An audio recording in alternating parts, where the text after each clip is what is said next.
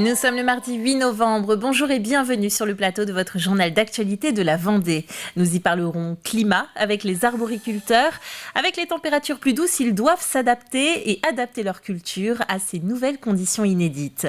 Et puis un sujet qui intéressera particulièrement les nouveaux entrepreneurs. Les inscriptions pour les prochains trophées Avenir 2023 sont ouvertes. À la clé, une dotation de 2 000 € ainsi qu'une campagne de communication de même valeur. Enfin du théâtre à la Tranche-sur-Mer où une quinzaine de troupes amateurs tentent de décrocher le Grand Prix de la Tulipe d'Or. On a relevé 3 degrés de plus cette année que la moyenne habituellement observée en Vendée. Premiers impactés bien sûr, les professionnels de la terre. Les fruits et légumes ne poussent plus au même rythme ni au même endroit qu'avant. Il faut donc s'adapter à ces changements. Exemple en zone rétro-littorale vendéenne, entre les Sables d'Olonne et la Roche-sur-Yon, un reportage de Grégoire de Châtillon. Des tomates au jardin en novembre, il va falloir s'y accoutumer. C'est ce que constate Richard Lézot, arboriculteur à Nieul-le-Delan. Ici, dans son verger de 25 hectares, on s'adapte déjà à un climat plus chaud et plus sec. De fait, il va y avoir une remontée, c'est-à-dire que les pommes qui étaient adaptées au sud, elles vont être beaucoup plus adaptées chez nous. Et par contre, certaines pommes, notamment toutes les variétés belges, Jonagorel, Jonagold et autres, comme la Cox ou la Suntime, c'est des pommes qui seront absolument plus adaptées, peut-être même plus adaptées à la France. Si on prend un autre exemple, l'exemple des poiriers, les poiriers, notamment par exemple la poire conférence qui a quand même besoin d'avoir beaucoup d'eau, qui craint les températures élevées parce que ça crée du feuilletage, les feuilles qui brûlent et qui tombent. On va se poser la question de la capacité à faire durer ce type de fruits sur notre secteur. S'adapter au dérèglement climatique avec de nouvelles variétés, c'est inévitable. La production de nos fruits dans l'ouest de la France est en pleine mutation.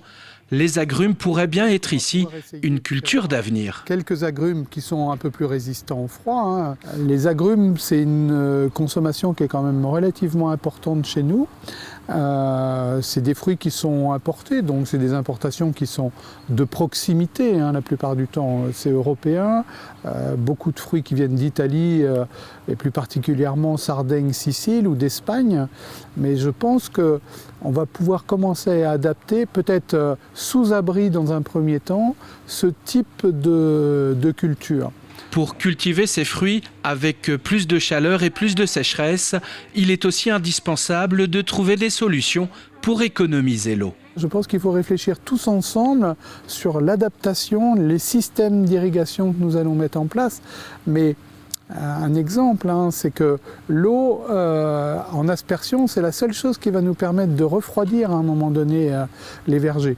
Donc quand on a des températures qui dépassent les 40 degrés, les arbres ne pourront pas tenir à cette température-là. Et à un moment donné, il faudra peut-être faire 1 ou 2 passages d'aspersion pour refroidir les vergers. Et ça, l'aspersion, ça consomme énormément d'eau. L'eau, un enjeu d'avenir pour notre consommation, un enjeu d'avenir pour la vie, tout simplement. 42 sapeurs-pompiers de 7 centres de secours ont été mobilisés cette nuit sur un incendie dans un bâtiment de l'usine Maître Coq à Saint-Hermine. Un peu avant 1h du matin, le feu s'est déclaré sur une canalisation de transport d'huile chaude, dégageant une forte fumée. 38 personnes ont été évacuées, il n'y a pas de victimes. Pour cette intervention qui s'est terminée à 5h du matin, la production a repris normalement peu après, sans chômage technique. Et les pompiers sont intervenus sur 4 accidents de la route, rien que sur cet après-midi. Parmi eux, 3 impliquent des 2 roues. La victime de l'un d'entre eux à Saint-Jean-de-Mont concerne une cycliste âgée de 61 ans en urgence absolue. Elle a été héliportée au CHU de Nantes. Si vous venez de créer ou de reprendre une entreprise vendéenne et que la passion vous anime, c'est le moment de postuler au Trophée Avenir 2023. Le dépôt des candidatures vient juste d'ouvrir. 6 catégories sont proposées: production artisanale ou industrielle, agriculture, commerce, services aux particuliers ou aux entreprises. À la clé, une dotation de 2 000 € ainsi qu'une campagne de communication de même valeur. De quoi démarrer votre activité de la meilleure des façons. Il faut de l'envie, il faut de la dynamique.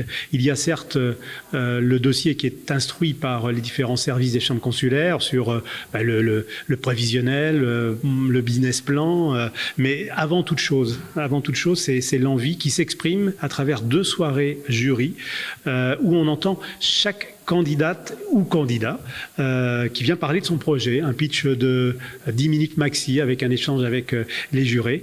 Et c'est par ce biais-là que justement on désigne les lauréats. Le dossier est à remplir sur lestrophéavenir.fr et les présentations se feront début mars. C'est au sein de l'ISMP de La Roche-sur-Yon, l'Institut supérieur des métiers de la piscine, que se déroulait aujourd'hui le concours 2022 du meilleur apprenti de France national des métiers de la piscine. Concrètement, 13 apprentis venus de toute la France se sont mesurés sur la journée à travers 3 épreuves théoriques et pratiques. 4 Vendéens étaient dans la course, mais c'est un Rennais qui remporte la médaille, Sylvain Lamy. À noter que le concours, un des meilleurs apprentis de France, attire chaque année environ 6000 apprentis au niveau national, toutes professions confondues.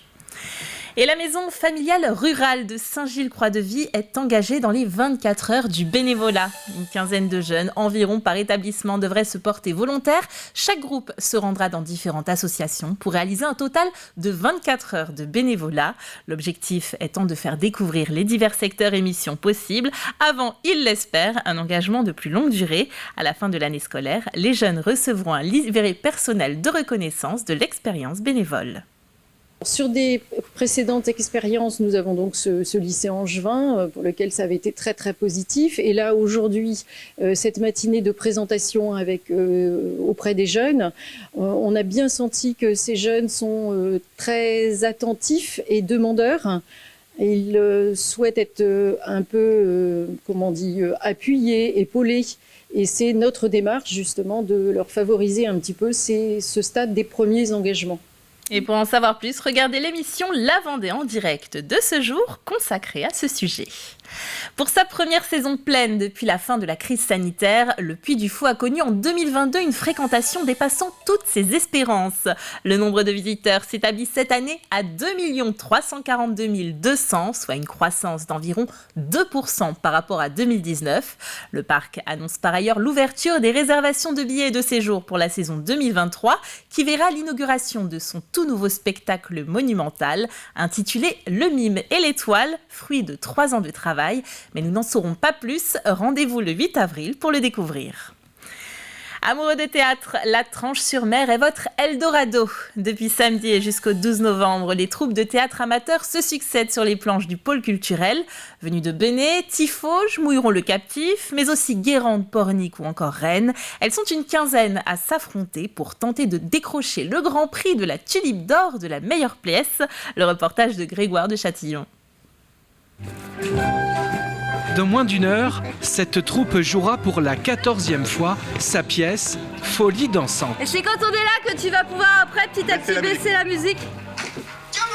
Dans les loges, ces comédiens amateurs venus du pays de Ré sont autant déjantés que dans la pièce.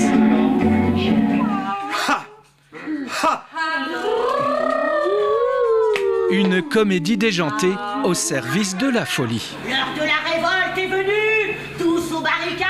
Et c'est une pièce qu'on a écrite, donc une pièce coécrite et voilà, qu'on a le plaisir de jouer ici et ailleurs.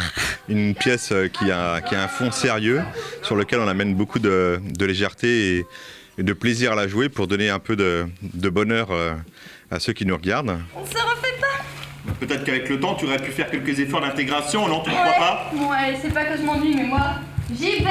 C'est la 15e édition des Tréteaux de l'automne à la Tranche-sur-Mer. On essaye d'abord de privilégier tous les genres du théâtre. C'est-à-dire, ça peut être un vaudeville, ça peut être des amants dans le placard, vous voyez ce que je veux dire. Ça peut être parfois des biographies d'hommes célèbres, ça peut être des pièces, on va appeler ça militantes, ou des pièces modernes, ou des pièces classiques. Avant d'avoir eu vent de vous. Place à la diversité des genres pour ce festival gratuit de théâtre amateur. Depuis 2008, plus de 100 pièces de théâtre ont été jouées dans le cadre de ce festival à la Tranche-sur-Mer. Les représentations sont donc gratuites et c'est Molière qui est à l'honneur cette année à l'occasion des 400 ans de sa naissance. À Aizenay démarre en fin de semaine le tout premier festival du cinéma. Une première édition mise en scène par l'association Ciné Aizenay qui fête ses 10 ans cette année. Elle a sélectionné 15 films et préparé de nombreuses animations. Ça s'appelle Des rires aux larmes et ça se passe du 11 au 13 novembre. Donc notre objectif, ça a été de susciter des émotions et donc nous les avons choisis pour qu'ils puissent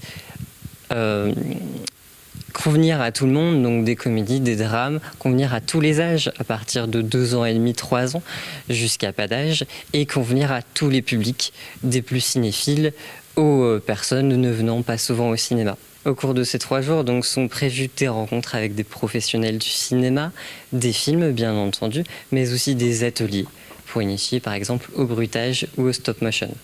Le programme total est à retrouver auprès du site internet de l'association Ciné Aizenay.